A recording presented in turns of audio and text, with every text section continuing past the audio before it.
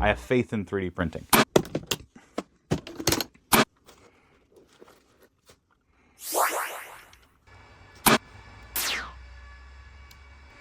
I broke it. I don't think these things are necessarily user serviceable. I found it. So this is the stepper driver for one of the axes. Right there is where the component came off of. I really want to like this mount. I am a huge fan of 3D printing things. I've 3D printed things that should not have been 3D printed in the past. I didn't do anything that honestly I wouldn't expect this thing to experience in transit, probably, if I'm being totally honest about that.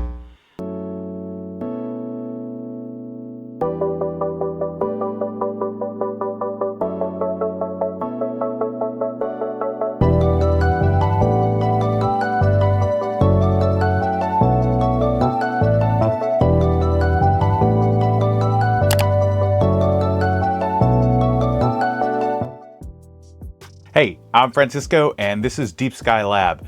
I'm still very much a beginner, which means you're getting a beginner's experience, not a polished fantasy of what this actually is. Tonight, we're going to be reviewing the TeSeek Mini 11, which is a dual-axis harmonic mount. I bought mine for about 370 bucks on Black Friday sale from AliExpress. It got to me in about 2 weeks. I bought it from the TeSeek official store.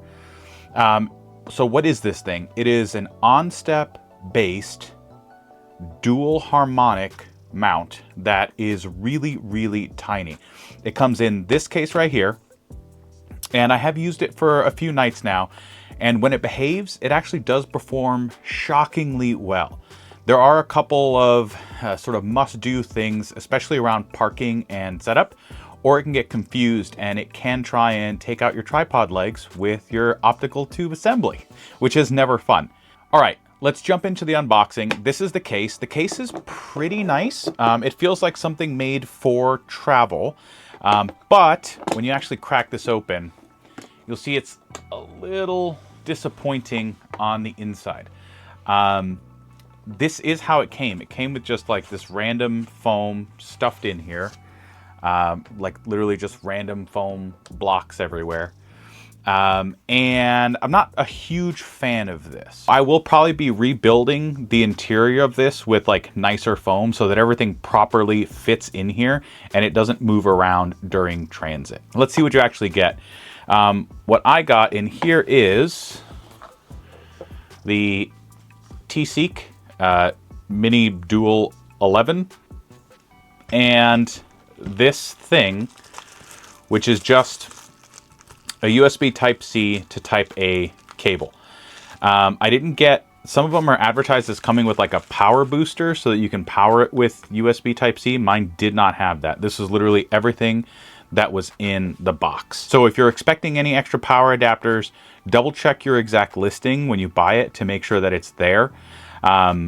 It does just take power using a normal DC 5.5 by 2.1 jack, and then it's got USB-C for data, and then it's got this switch on the back, which we'll talk about in a minute. Let's do a quick design tour. This is a dual-axis harmonic style mount. It's travel friendly, and it seems like it's running ONSTEP. So the two axes are here and here, and it says that they're both harmonic, although I feel like I need to open this up. The other sort of interesting thing about this is this entire exterior shell is 3D printed. You can see the print lines if you sort of look closely enough and I move it around.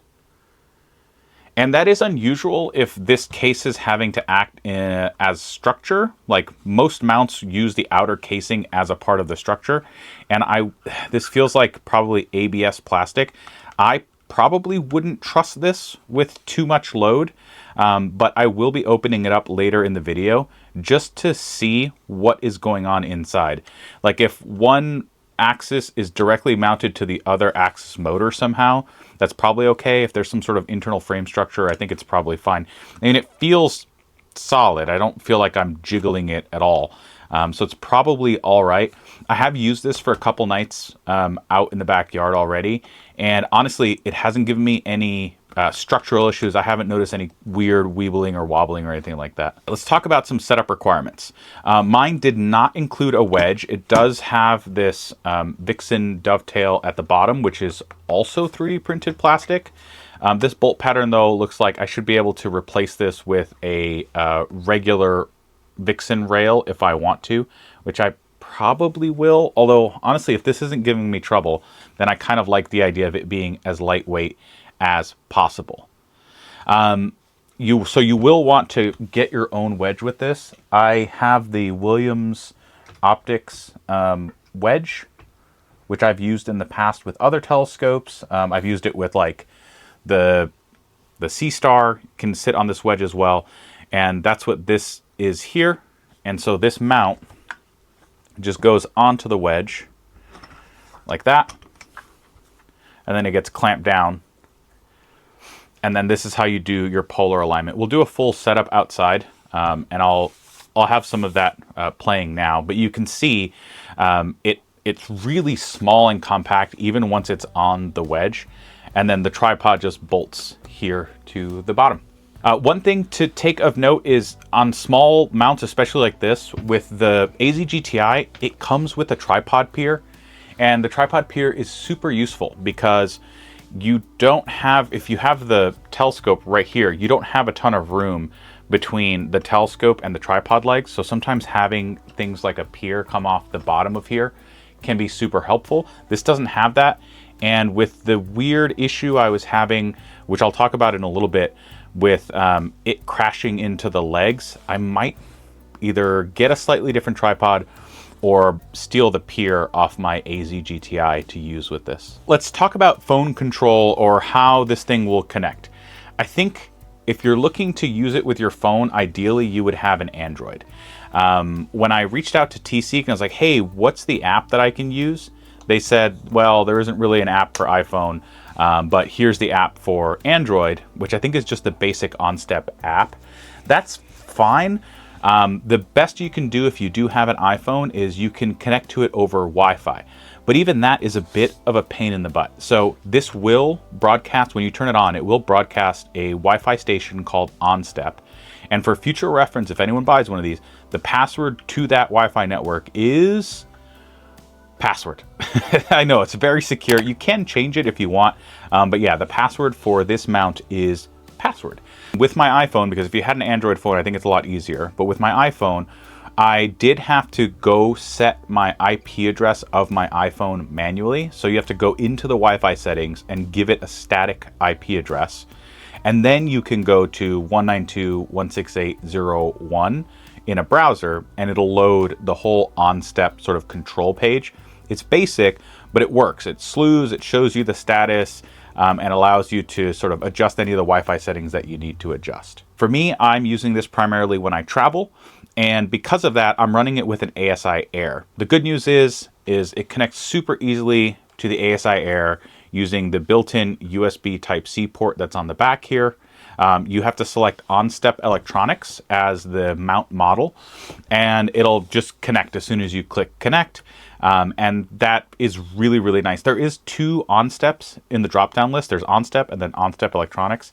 I found that I had to use ONSTEP Electronics to get this to connect. And that's, sort of the difference between, oh my God, did I just waste $300? And yes, this actually works every time I need it to work. If I had one serious tip to give anyone that bought this or is thinking about buying this, you have to make sure to park it at the end of every single session. I had to make sure to park it at the end of every single session because on my unit, this one that I have here, it seems like it treats whatever position it starts up in as the home position. So if you've got it slewed over and it's pointing at some weird direction and you flip it back on, it will think that that's home, and it'll try and slew from there. It's very odd. It's a little bit odd behavior. I'm not used to that. None of my other mounts really behave like that. Now, I don't own any other ONSTEP mounts, so maybe that's typical ONSTEP behavior. But for me, that was weird. So whenever I was done imaging with it or done playing with the mount, I had to make sure to send it back basically pointing at Polaris, and then I could turn it off. And when I turned it back on, everything seemed fine. But if you don't do that, you will get some sort of scary slews. I did have this bar here like crash into, there was even a mark on it somewhere, but I have had the rail sort of crash into something else, and that was really scary to see. Now it did hold up, it's not broken. It seems to hold up fine when it does that, but I'd rather it not crash into the tripod or itself. My rule here is always end your session with it parked, pointing at Polaris every single time, no ifs, ands, or buts. Let's talk about real world capacity. This is the TeSeek 11, so I think it's advertised as having up to 11 kilograms of capacity. Sure, I bet it can. For me, I am using it with this setup here. So this is the SV Bony SV555. It's got a ZWO electronic automatic focuser, so making my focus routines fast. It's mounted with an ASI2600MC Duo. It's got a filter holder, and it's got the ASIAIR Plus mounted to the top of the scope, and all the normal things like the rings, the dovetails, and all of the cables. For reference, if you just add up the equipment itself, it's somewhere around like 3.8 kilograms. Once you add the rings and all the cables, I'd say it's probably close to 4 kilograms fully dressed. And that's the number that I care about. It's not a spec sheet. It's what I can actually guide in the field. So with that being said, with about 4.5 kilograms of load on it, I'll show some sort of guiding graphs here. I was guiding with half-second exposures, and that worked really, really well for me. And I was able to guide this whole rig at sub-arc-second precision, which is genuinely great for the sort of focal lengths that you'd realistically use on a smaller mount like this. Like, you're not going to be putting a 3000 millimeter focal length SCT on here. It's probably more for wide field setups. Generally, it'll probably be under 300 millimeters in focal length.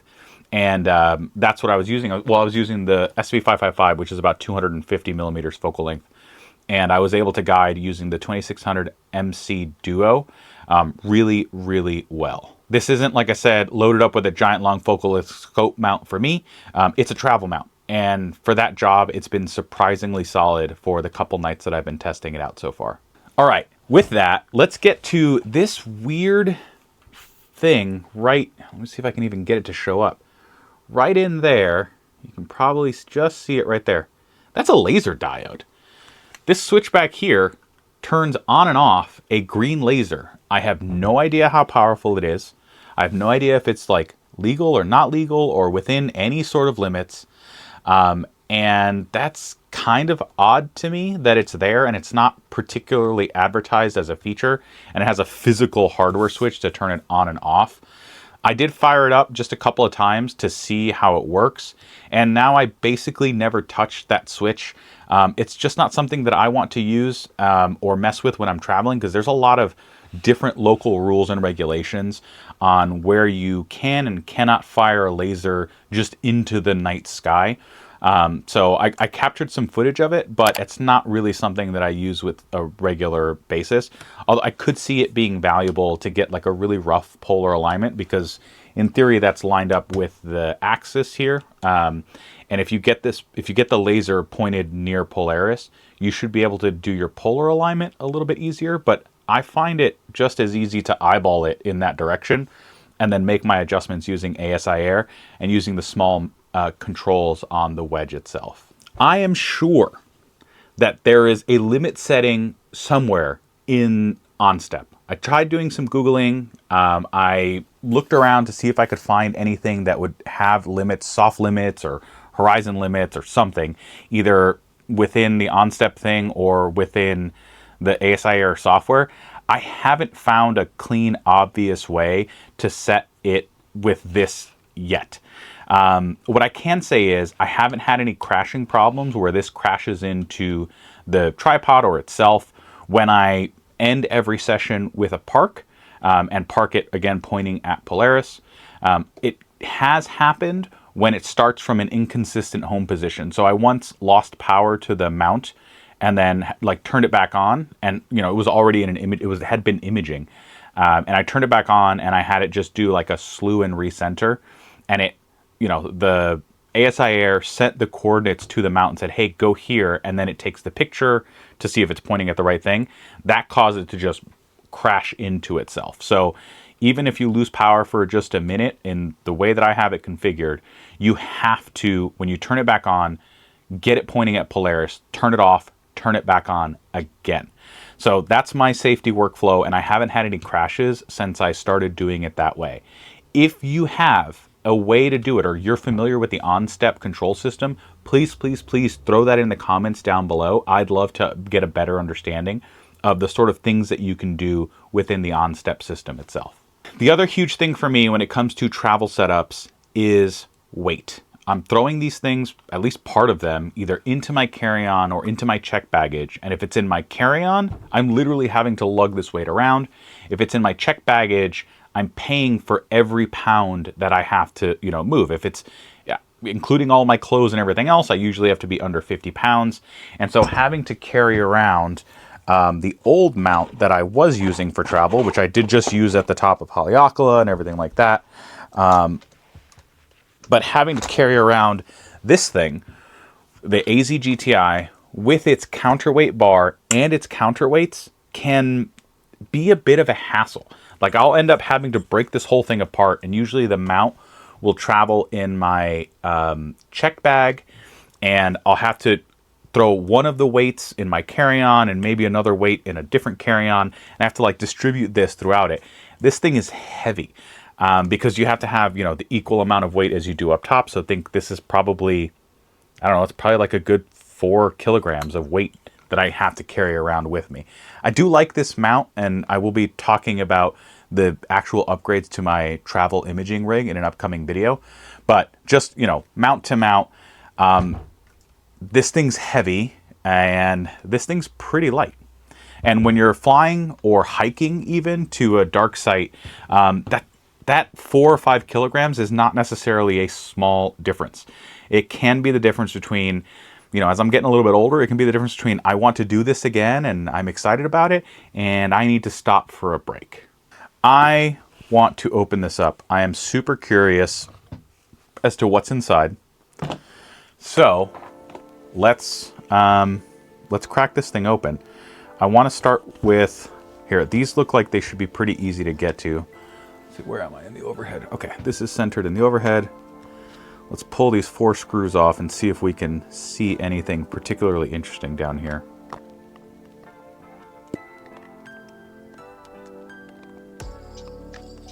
As far as construction goes, like I said, I'm pretty sure this is ABS plastic. These screws are sort of little self-tapper guys.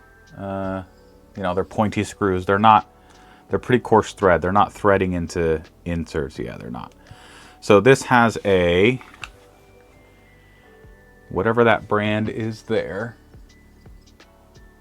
has a stepper motor, a US 17 HS 4023.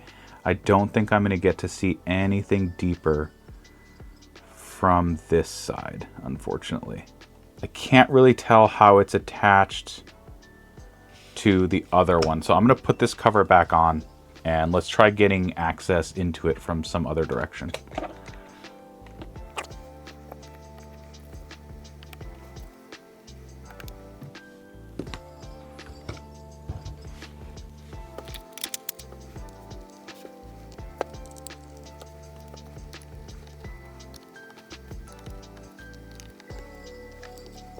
Well, this is held on slightly differently than I thought. Hold on, there's a couple more screws to pull off.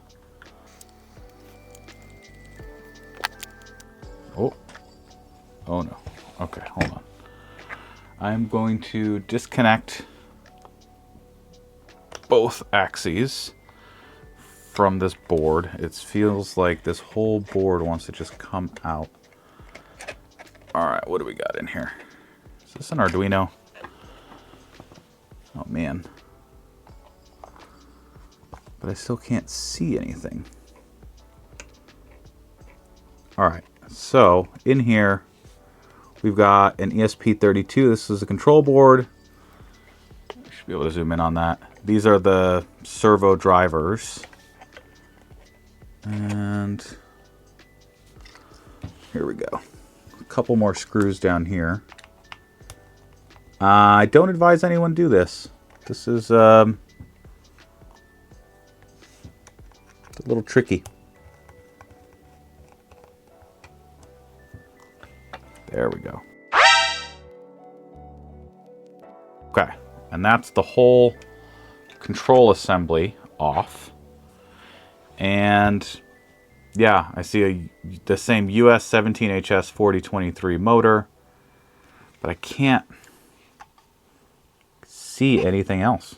Let's dive in a little bit more.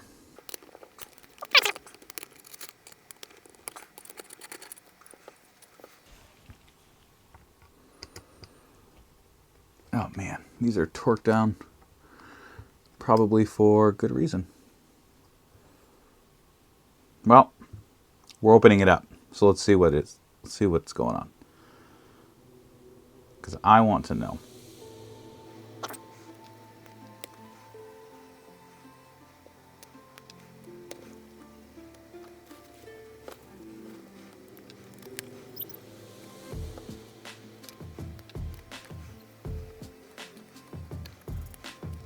All right, last screw. Uh-oh.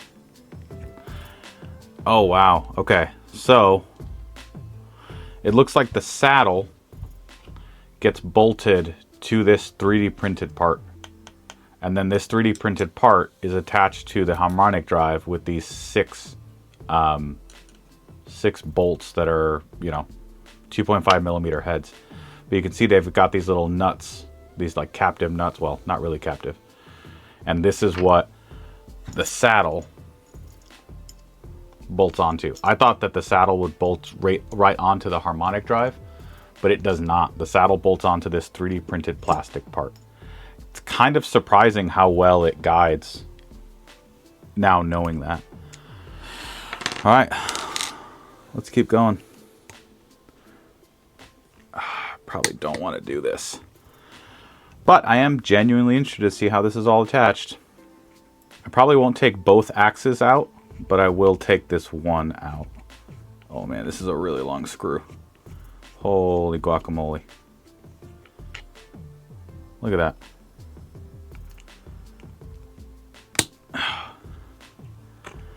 I don't have torque specs to put this back together, and that's going to be fun, but it seems like it was just torqued tight. I don't see any Loctite or anything like that, like any thread sealant, so I don't think any was used.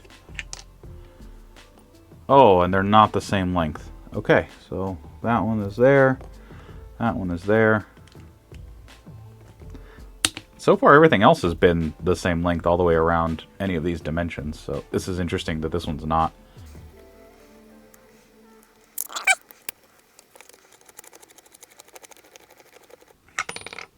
And this one's here. So it looks like it's sort of long ones and short ones go opposite each other.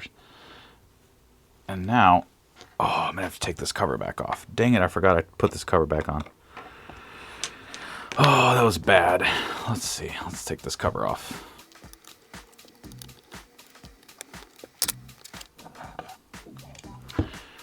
And here is your motor, or your stepper motor, and your Harmonic drive. Oh, geez. The Harmonic drive says 11-100-25-114034. That is fascinating. And let's take a look inside. This is really what I wanted to see, was the inside. Now, this is structural 3D printed plastic. I don't know how to feel about that. Look at that. The other, you can see in there where the other Harmonic mount is attached, and it's all just attached to this 3D printed plastic shell. Now it's pretty thick and beefy. I mean, these walls are, let me grab my calipers.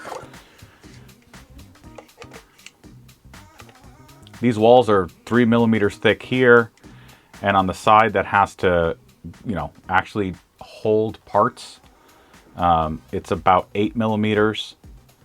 And the top here has a depth of 23-ish millimeters up here of just all solid plastic. So this is a plastic mount. I was not expecting that. I'm going to reassemble this before I forget how it goes together.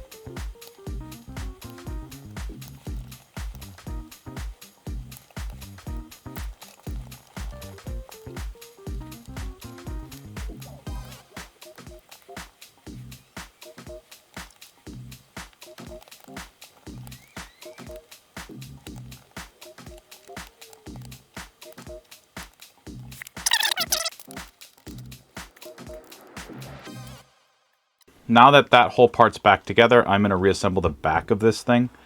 Actually, let's take a look at the electronics one last time before we button it up. So it looks like the laser module is pretty well attached to the front of the case. And that's just going with 2 random cables to the back.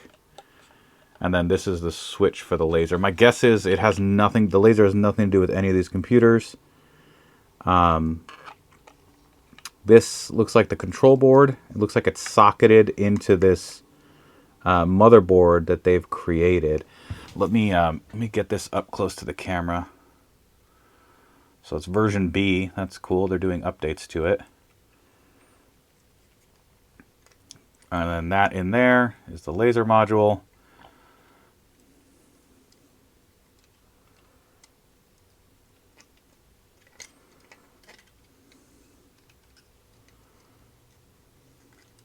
Here's your 2 servo sort of drivers.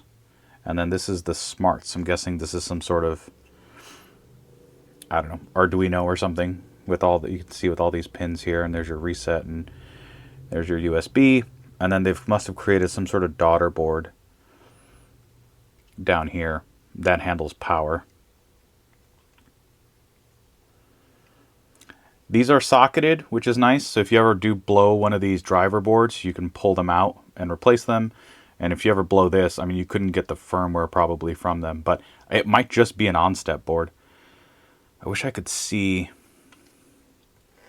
if there was any markings on this baseboard.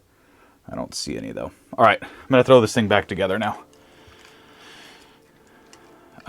Step 1 is probably to attach this guy again.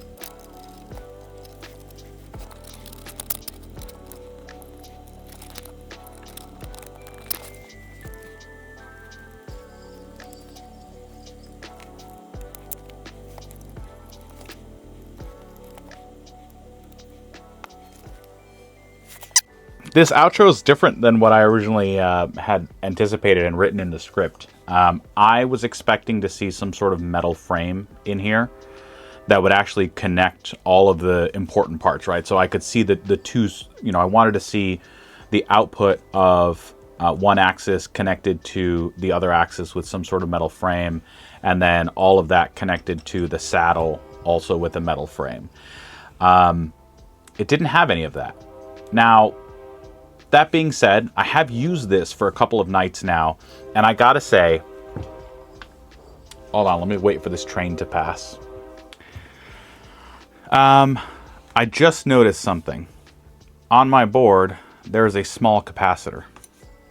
That small capacitor should probably be inside here somewhere. I'm gonna crack this back open and see if I can figure out where this fell out.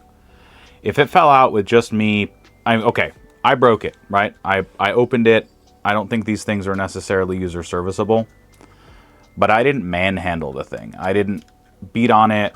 I didn't flail it around. I didn't do anything that honestly I wouldn't expect this thing to experience in transit, probably, if I'm being totally honest about that.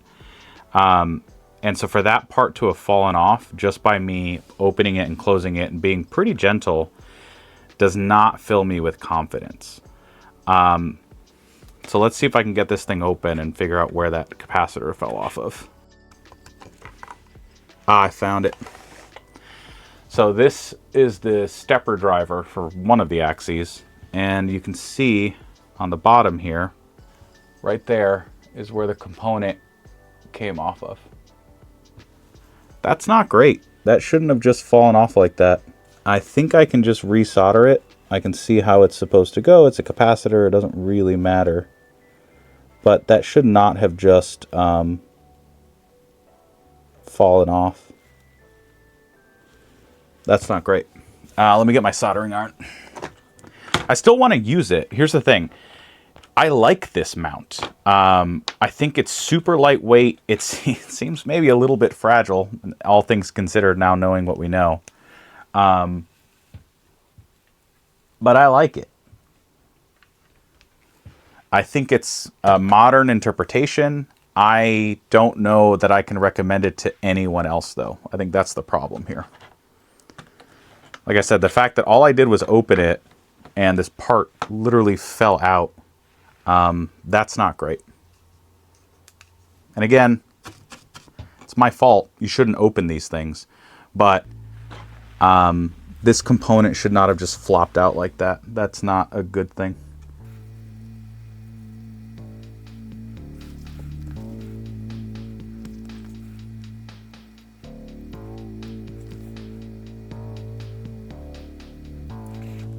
All right, it's a bit of a bodge job. Bodge job. But it's on there. I'm gonna reassemble this and see if it'll turn on. I tried turning it on a second ago and it wouldn't click on. That's what led me to want to crack it open and see if I messed anything up. So let's reassemble.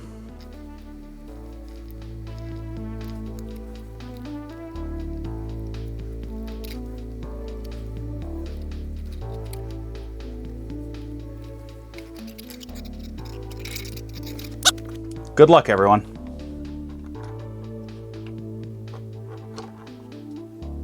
That light's on, which is good. And that light is now on. Okay. It works. We fixed it. Okay, let me put this thing back together one last time, hopefully. And then I will not be opening it up again. Ah.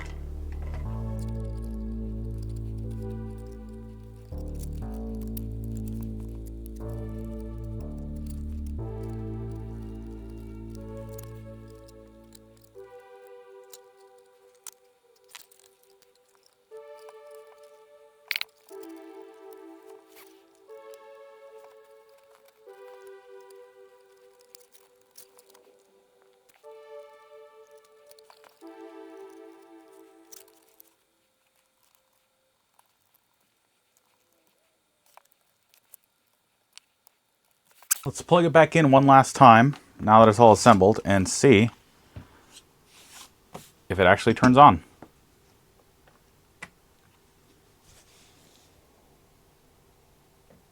Yes. Okay, that's good. And does the stupid laser still work? Yes, the stupid laser does still work. You can see it on my hand.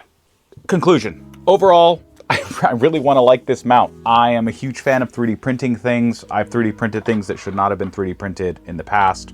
In prior life, I had 3D printed all sorts of crazy stuff and sold it to people, and I have faith in 3D printing. I do know, though, that there are limitations to just material science. So it feels like ABS. I don't know for sure. And I know that plastics like this can get really brittle when it gets very cold. Astronomy happens at night. It's usually cold at night. So I have some concerns about the long-term reliability of something like this. That aside, it does have its quirks, but I think those are quirks with ONSTEP more than anything else. That's the, not really having a home position. It's sort of home is where it is when it turns on. Again, if anyone knows different from that, let me know. And I would maybe like to do a deeper dive of the ONSTEP. I want to see what ONSTEP firmware is on here maybe, and see if it can be flashed. I don't know. I might brick it. I mean, I already broke it once. I literally destroyed this thing pulling it apart. This stupid laser module, for anyone that has this in the future, this laser module knocked that capacitor off the bottom of the driver board when I was sliding it back in, because there's some really tight tolerances there.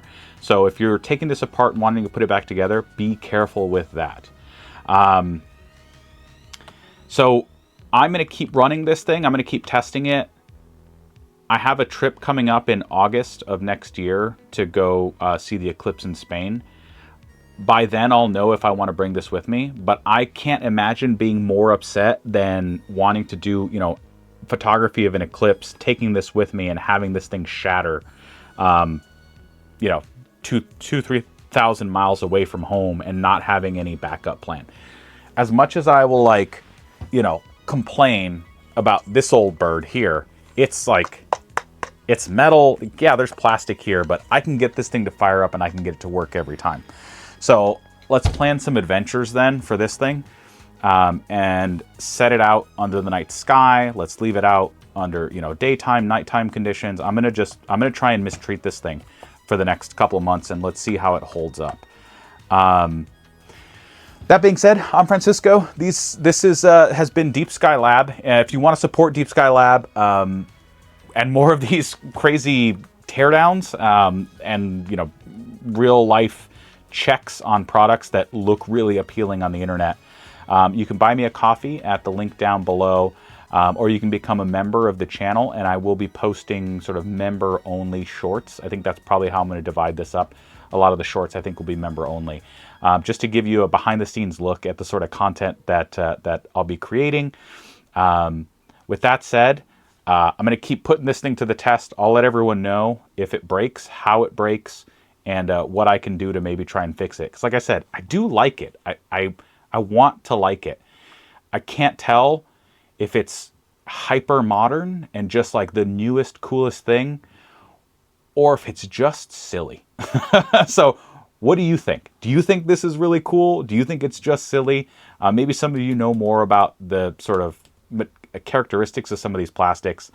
Sound off down in the comments. I'd love to get some feedback on this thing. I'm Francisco for Deep Sky Labs. Clear skies.